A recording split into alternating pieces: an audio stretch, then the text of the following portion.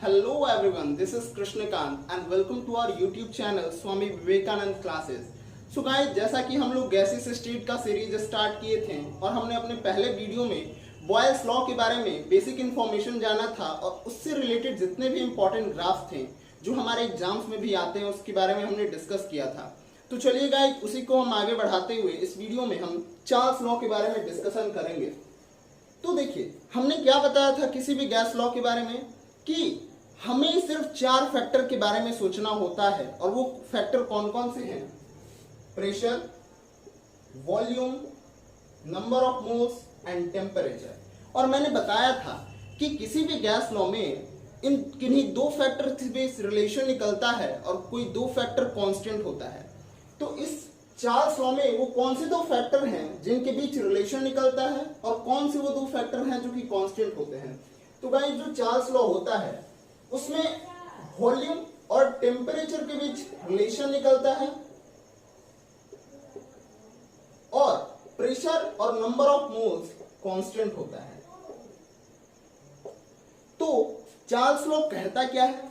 वो कहता है कि अगर हमारा फिक्स्ड नंबर ऑफ मोल और जब हमारा प्रेशर कांस्टेंट हो उस समय जो हमारा वॉल्यूम होता है वो टेम्परेचर के डायरेक्टली प्रोपोर्शनल होता है। क्या कहता है कि जब हमारे पास फिक्स्ड नंबर ऑफ मोल हो और प्रेशर कांस्टेंट हो उस समय हमारा जो गैस का वॉल्यूम होता है वो टेम्परेचर के डायरेक्टली प्रोपोर्शनल होता है। अब गाइस, ये प्रोपोर्शनैलिटी साइन हटेगा तो एक कांस्टेंट आएगा, ठीक है। अब ये कांस्टेंट जो k होता है वो nR/P के बराबर होता है, ठीक है। और इस k को हम लोग गैस कांस्टेंट कहते हैं। और मैंने पिछले वीडियो में बताया था कि गैस कांस्टेंट किन्हीं स्पेसिफिक वैल्यूज पे डिपेंड भी करती हैं। तो वो कौन कौन से वैल्यूज हैं जिन पे ये k डिपेंड करेगा? तो मैंने बताया था कि जो भी फैक्टर उस गैस लॉ में कांस्टेंट होंगे उन्हीं पर ये गैस कांस्टेंट डिपेंड करेगा। तो गाइस, आप बताइए k depend on Charles law में कौन कौन से फैक्टर कांस्टेंट है? तो आपका प्रेशर और नंबर ऑफ मोल्स कांस्टेंट है, यानी हमारा k p पे डिपेंड करेगा यानी प्रेशर पे, दूसरा नंबर ऑफ मोल्स पे और तीसरा जो मैंने बताया था कि सभी लॉ में ये सेम होगा, that is nature of gas, ठीक है। सो अब आगे बढ़ते हैं।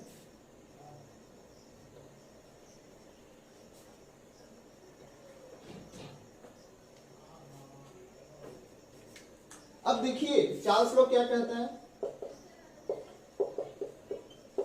जितना इंपॉर्टेंट ये नहीं है उतना इंपॉर्टेंट ये वाला एक्सप्रेशन है V/T = K। ये बेसिकली हमसे क्या कह रहा है कि किसी भी कंडीशन में जो हमारा V और T का जो रेशियो होगा वो एक कांस्टेंट के बराबर होगा। मान लेते हैं कि एक मेरे पास बैलून है, ठीक है, उसका वॉल्यूम है V1 और उस समय टेम्परेचर है T1 और हमारा जो नंबर ऑफ मोल्स और प्रेशर है वो उस समय कांस्टेंट है। और अब ये घटके V2 हो गया है और टेम्परेचर उस समय है T2। तो जो हमारा V1/T1 का जो रेशियो होगा वो V2/T2 के बराबर होगा, ठीक है। सो चलिए गाइस, हम अपने जो चार्ल्स लॉ से रिलेटेड ग्राफ्स आते हैं उनके बारे में डिस्कशन करते हैं।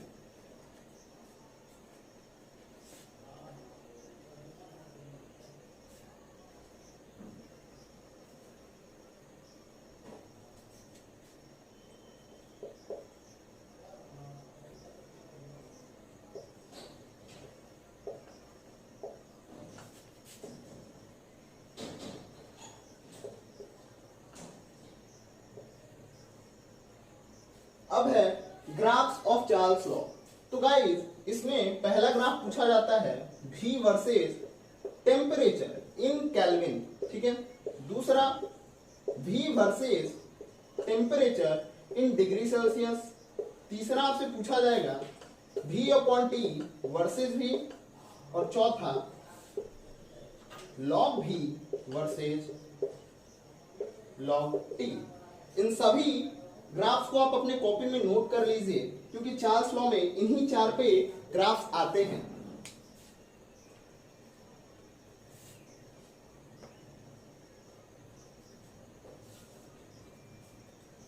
देखिए, जो हमारा पहला है वो है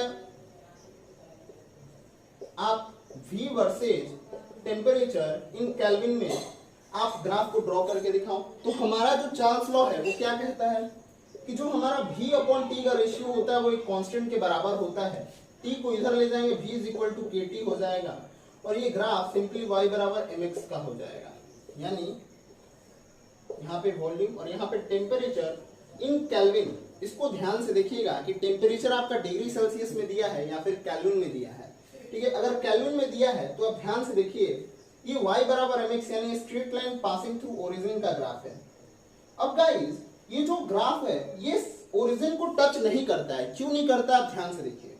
अगर ये स्ट्रेट लाइन ये ओरिजिन को टच कर लेगा तो ये क्या इंडिकेट करेगा कि जो हमारा वॉल्यूम है गैस का वो 0 है। टेम्परेचर जब हमारा 0 केल्विन है तो उस पे हमारा जो वॉल्यूम है वो 0 है। अब आप सोचिए कि अगर कोई भी वॉल्यूम एग्जिस्ट करता है तो उसका तो कुछ ना कुछ तो वॉल्यूम होगा ही, लेकिन ये अगर हम टच करा देंगे तो ये क्या कहना चाह रहा है कि हमारा जो वॉल्यूम है गैस का वो 0 है, जो कि मुमकिन नहीं है। ठीक है,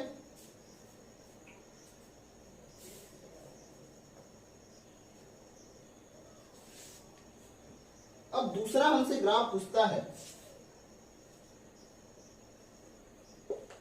V versus T in degree Celsius. अब आप सोचो कि V by T is equal to K, V is equal to K T. अब हमारा टेम्परेचर डिग्री सेल्सियस में है, तो आप सोचो कि अगर आपको कोई टेम्परेचर डिग्री सेल्सियस में दिया रहता है और उसको केल्विन में कन्वर्ट करना रहता है तो आप क्या करते हो, उस डिग्री सेल्सियस में 273 ऐड करते हो, तब आपका केल्विन आ जाता है। तो ये टेम्परेचर हमारा डिग्री सेल्सियस में है, तो आप इसको मैं स्मॉल टी से दिखा देता हूं।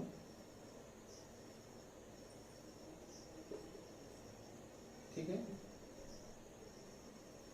जो ये टी है ये केल्विन में होना चाहिए, और हमारे पास टी जो है वो डिग्री सेल्सियस में है, यानी टी जो होगा वो टी डिग्री सेल्सियस प्लस 273।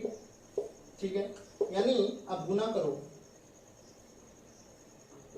के टी डिग्री सेल्सियस प्लस 273 के। आप ध्यान से देखो, ये एक जो ग्राफ है y बराबर mx प्लस c का ग्राफ हो गया। ठीक है, अब गाइस आप ये क्या जानते हो कि इक्वेशन है एक स्ट्रेट लाइन का जिसका y इंटरसेप्ट ये 273 है। ठीक है, भी जो टेम्परेचर है वो डिग्री सेल्सियस में है।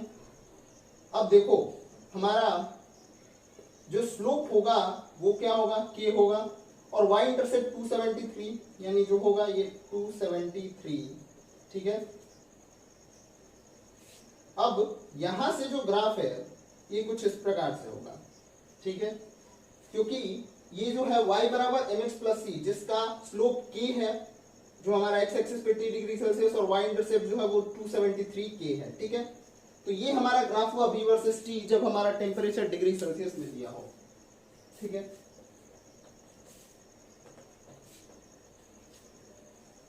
जो तीसरा ग्राफ आता है वो हमसे कहता है कि इसके बीच ग्राफ को ड्रॉ करके दिखाओ, v versus t upon versus v।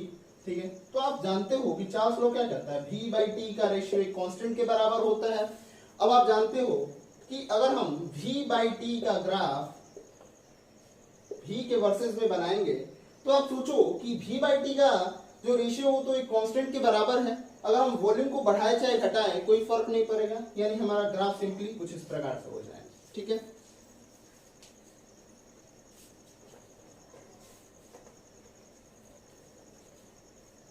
और चौथा जो हमारा ग्राफ है वो पूछता है कि आप log v versus log t के बीच दिखाओ। हमारा चार्ल्स लॉ क्या कहता है, v by T is equal to K, दोनों साइड log ले लो, यानी log v minus log t बराबर log k। अब आप log v is equal to log t plus log k ये देखो y बराबर mx प्लस c, जहां पे स्लोप आपका 1 है, ठीक है। यानी ये एक स्ट्रेट लाइन का ग्राफ है जिसका y इंटरसेप्ट log k है। यानी आपका जो ग्राफ होगा log v versus log t का कुछ इस प्रकार से होगा। यहां से शुरू होगा, ये वैल्यू log k के बराबर होगी, ठीक है। और ये जो ग्राफ है कुछ इस प्रकार से जाएगा। क्यों? क्योंकि हमारा स्लोप पॉजिटिव है। सो गाइस, चार्ल्स लॉ से रिलेटेड ये सभी जो ग्राफ्स थे वो काफी इंपॉर्टेंट ग्राफ्स थे जो आपके एग्जामिनेशन में पूछे ही जाते हैं। तो आप इन सभी को रिवाइज करें और अच्छे से इसके बारे में जितनी भी बातें मैंने बताई उसको ध्यान से सुनिए और अपने नोटबुक में लिखिए और अच्छे से रिवाइज कीजिए, ठीक है। थैंक्स।